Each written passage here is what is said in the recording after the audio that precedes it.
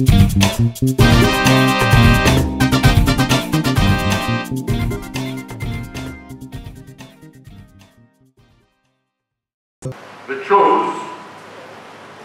not to deepen the wounds of this nation by isolating themselves.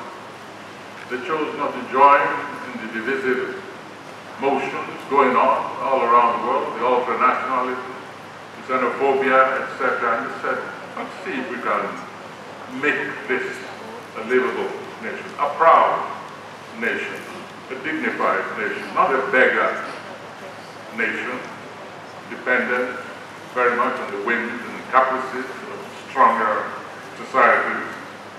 And they said, all right, let's see if we can paper over at the very least, but even more strongly, build very strong bridges across the nation, east to west, north to south, and make that place a genuine living space.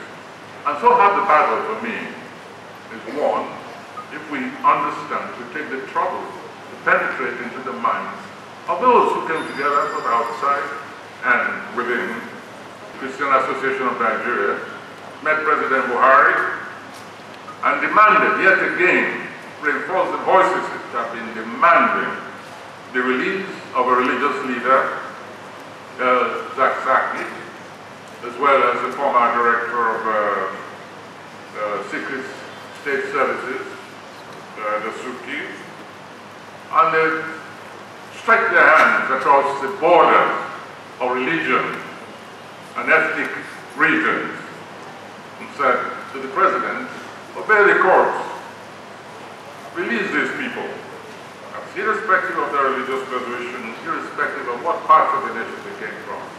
Reach across to these people and ask the president yet again to remember that he is, among his many titles, is first citizen of the nation, emphasis on citizen, and that a citizen does not choose what laws to obey and which to ignore, because that is the beginning of chaos, of total social anarchy. And this is in continuation of movement, pressures by different associations, NGOs, human rights bodies. In this year, the 70th anniversary of the Universal Declaration of Human Rights, to tell him it's an embarrassment to have a president who refuses to obey the decisions.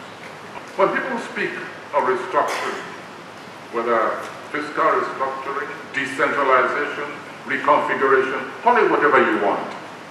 When people say something is not functioning, and people say there's something rotten in the state of Nigeria, and it is possible that the very relationships of parts to the whole, of parts to part, may be at the base of it, it is wise to listen. It's not a new cry. It's gone on for years, decades, under different governments. And this cry hasn't stopped. And to try and dismiss that cry so cavalierly is really to be totally alienated from the people we are supposed to govern. I remember that I participated in a former exercise. There was one even more recent, the exercise which was inaugurated by President Jonathan. Before that, there was Pronaco. And some of us, I remember, came into it early, yes, but not from the beginning. We came into it when the government, which existed at the time, said that for Nigerians to come together to provide a framework for continuity, for enhanced continuity, and we're committing treason. And the Inspector General even got up and said that meeting would not take place, and that it was treasonable, and that the participants would be arrested. This is when some of us flew back to join Pronaco, to say Nigerians are free human beings. They are free human beings who can meet and put forward any kind of notion towards the salvation of the nation. That meeting, that congress lasted for nearly 2 years. Presented a document for Nigerians to consider. The recent one by President Jonathan, that also is gathering dust. And we have some of the finest minds at that conference. Waste of time, waste of resources. And why bring them together in the first place? Why pretend that you have the interest of the nation at heart when you bring their finest minds and nothing comes out of that exercise? And of course we've had other tinkerings with the configuration, some geared towards self-perpetuation, with interventions even while all that is going on, so that the participants, including monarchs, crown people, either crowns, come back and say, my time has been wasted. That was an exercise of deceit. Say, Prof, I should have listened to you. They wasted my time. So how much longer are we going to go on insulting the minds, the energy, the vision of people in this society? We want governments to understand that they are part and parcel of the community, that they've been given a mission of carrying out the will of the people, the will which is expressed ritually every 4 years, but there's supposed to be a continuity. And so when we say government, when we say governance, we're talking about an entity, an instrument for the execution of a people's policy. Insecurity has reached a certain level, and even when we bring experts in, they wonder what exactly they have come to do. They're given a certain problem to solve, they arrive here, they meet encounter another problem. You're stretching the green hand across the nation. You bring in experts to assist you in enhancing that exercise, and they have to cope with security. They have no means of even advancing the rudimentary technologies which we have here. Normally they should be worrying about new radars which can actually predict the arrival of quailer birds, locusts, swarms of locusts, food preservation, etc., experimentation with hybrid crops, long-lasting, pest resistance, producing even more. And when they get here, they find they're kidnapped. Now they have to start worrying about security. This is yesterday's, a page for yesterday's media. If you've seen it once, we've seen it 100 times. Stop the bloodbath, Mr. President. And if the people say you cannot stop it, and one way at least of approaching an efficient methodology for stopping it is to reconfigure the nation, you have no right, either through body language, to say no.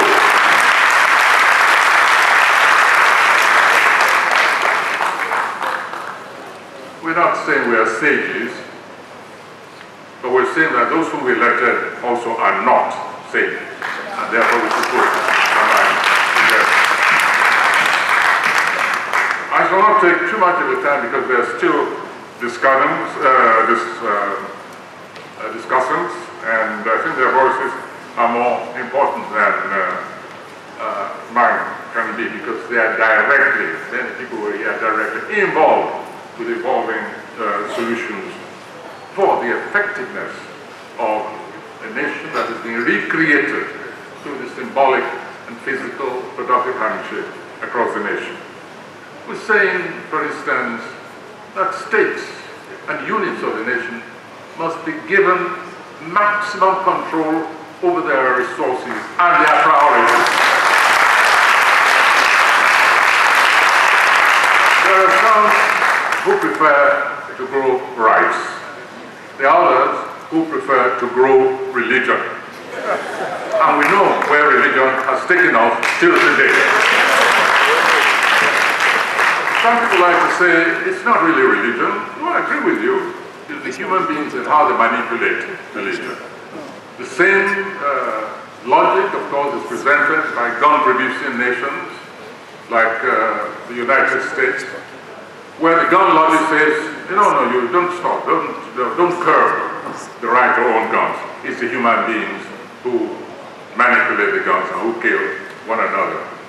I think the inventor of Kalashnikov, I remember in the celebration anniversary of Kalashnikov, also said the same thing. He said, no, I'm a technician, I'm a scientist, I produce the object. It's the human beings behind it. So the same thing we know for religion. But we say that the effect that those who manipulate religion, the effect they're having on the nation, is deleterious even to the very existence of this nation.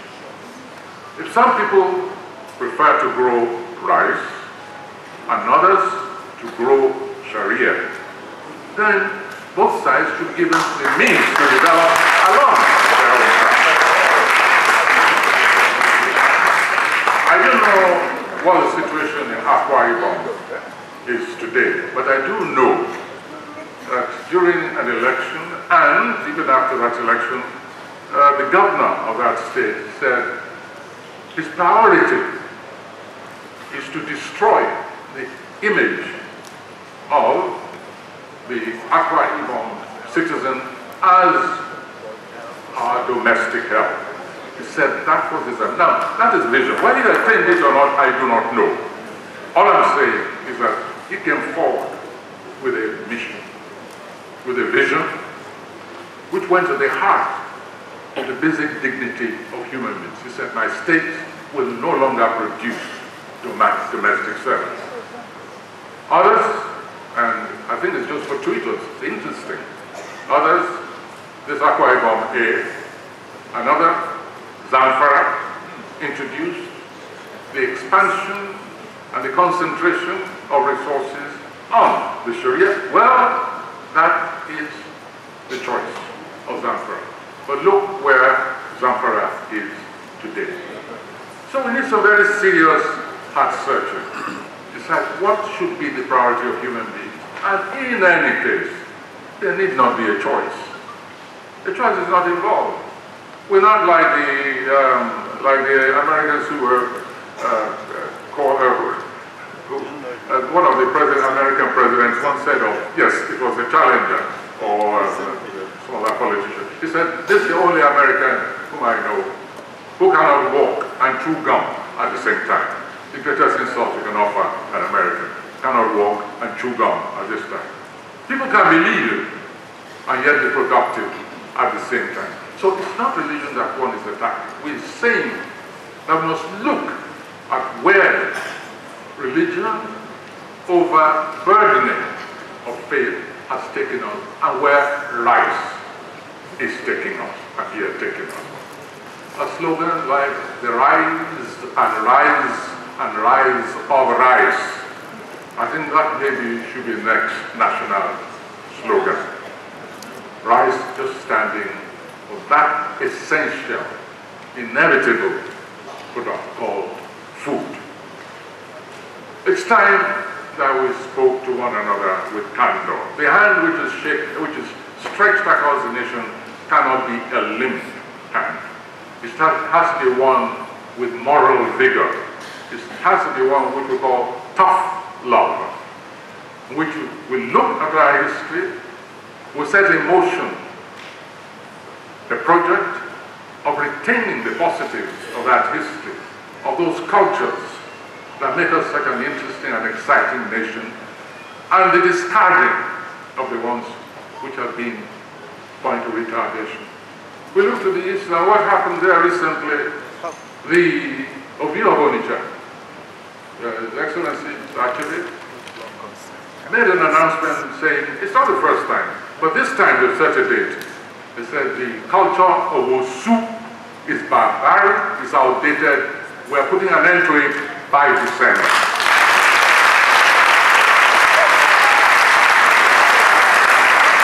Let others take the same introspection. Look into yourselves and decide what are the things you hang on to which prevent the development of the maximal human being, maximal intelligence, maximal productivity, and a maximal sense of the authentic patriotism, not the rhetorical one. And so, with these projects in mind, I look around at what aspires to continue governance existence in this nation. And finally, and frankly, I do not see any hope from either of the behemoths. And so I said to the young generation, what is wrong with you? Why do you bellyache so much? Why don't you take the plunge? Why are you so defeatist? Is it not about time that we had some new thinking, some new mind, some new energy? Is it not about time that you actually mobilize yourself and stop relying on a decrepit, wasted, self-recycling, absolutely sometimes obsolete generation? It's been done elsewhere. And that elsewhere, I've been there, and I've seen the human beings there, believe it or not, they have only one head each, like everyone in this assembly, like everyone whom we see when we walk along the streets. And I look at the voting population, the demographic of the electorate in this nation, and I know that the youth command a substantial weight of votes to transform the governance pattern and culture of this nation. And it's about time that effort is made. To be bold, be original, be innovative, but at the same time, be realistic. You cannot do it individually. You must come together and give us a spearhead to look at, even if merely in hope.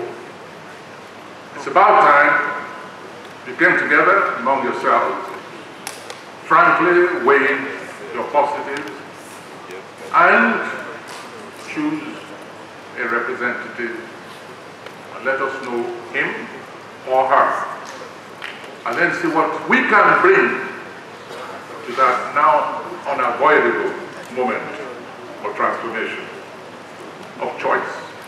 In there, when we're sitting in there, one of the people you see in front of you here said, it's now or never. This has to be it. The change has to be made. An authentic change, not a slogan. No one suggests that we throw out the baby with the bathwater. Nobody is saying that age necessarily is a virtue. No. We're talking about youthful minds, youthful thinking, the modern being, flexible, adaptable, but at the same time with a core principle that does not continue to keep this nation in the mouth, at the feet and the contempt of the international community. So what we're looking at, in fact, it's not just a handshake across the nation, but a handshake across history. Thank you very much. All right.